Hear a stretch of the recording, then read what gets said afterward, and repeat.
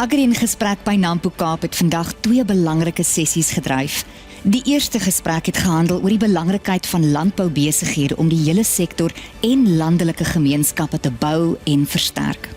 Ons paneellede van Cal Group, Netbank, Overberg Agri en Agbiz het ondersoek hoe landboubesighede van die toekoms moet lyk.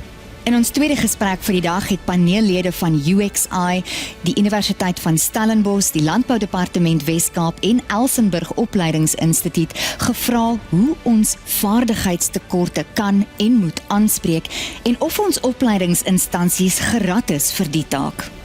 Ons het die dag afgesluit met 'n Agri-ekstra sessie vir die Departement Landbou Wes-Kaap.